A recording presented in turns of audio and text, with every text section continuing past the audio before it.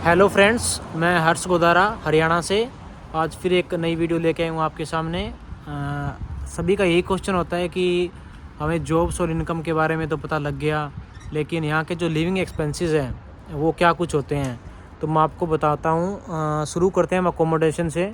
अगर आप हॉस्टल में डॉर्मिटरी लेते हैं सिंगल बेड की, तो उसका चार्ज है 200 यूरो एक महीने का, जिसमें वाटर और बिजली बिल सारा कुछ इंक्लूडेड होता है।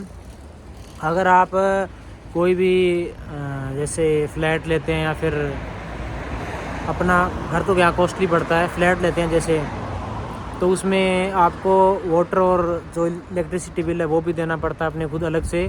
और जो फ्लैट का जो चार्ज होता है वो लगभग 200 यूरो ही पड़ता है। अगर कोई छोटा होता है सिंगल बेड का, तो वो 150 यूरो में मिल जाता है, तो वो ज़्यादा इतना अच्छा नहीं होता। अगर आप ढंग का लोगे तो 200 यूरो लग जाएंगे कम से कम एक महीने के 200, और वाटर और इलेक्ट्रिसिटी बिल अलग से। लेकिन अगर आप कोई फ्लैट लेते हो तो उसमें आपको अपार्टमेंट में सिक्योरिटी जमा करानी होती है। जितनी आपका चार्ज है एक महीने का, जैसे 200 यूरो उस अपार्टमेंट का चार्ज है, तो 200 यूरो ही वो सिक्योरिटी लेता है। तो 200 यूरो सिक्योरिटी होगी और 200 यूरो अपार्टमेंट का किराया हो गया, 400 यूरो हो गए।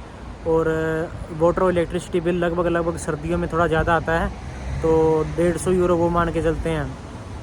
तो लगभग 550 यूरो एक बार बंदे को देने पड़ते हैं। तो उसमें ज़्यादा सुविधाएं होती है, क्योंकि अगर आपको सिंगल बेड का लेना है सिंगल बेड का मिल जाता है। अगर आप दो बंदों को मिल के अगर लेना है तो दो बंदों को मिल के भी मिल जाता है, वो थोड़ा सस्ता पड़ता है। जैसे 300 यूरो का थोड़ा ज़्यादा बड़ा कमरा ले लें, ज़्यादा अपार्टमेंट ले लें बड़ा, जिसमें 3 बंदे रहेंगे, तो 100 यूरो तीनों में डिवाइड हो जाएंगे।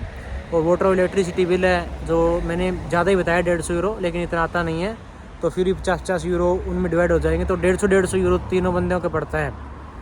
तो ये भी ऑप्शन सही है।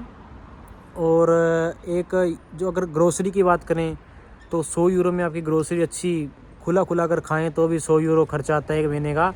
और सारा कुछ यहाँ मिलता है। जैसे कि कोई नॉन वेजिटेरियन हो इंडिया में, ये सोचते हैं कि वहाँ आटा मिलेगा, चावल मिलेगा कि नहीं मिलेगा, तो सारा कुछ यहाँ अवेलेबल है। तो इतना महंगा भी नहीं है। 10 किलो का अगर आटे का अगर आप थैली लेते हैं तो लगभग 13 यूरो की है।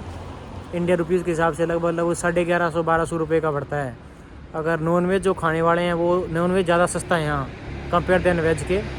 तो जैसे चावल हो गया, ये आटा हो गया, ये थोड़ी कॉस्टली। अगर आप नॉन वेज लेते हैं मुर्गा मार्गा, तो वो सस्ते पड़ते हैं यहाँ। मिर्च मसाले और सारा खुला करके आप आराम से 100 यूरो निकाल देंगे। 100 यूरो में सारा कुछ एक महीना।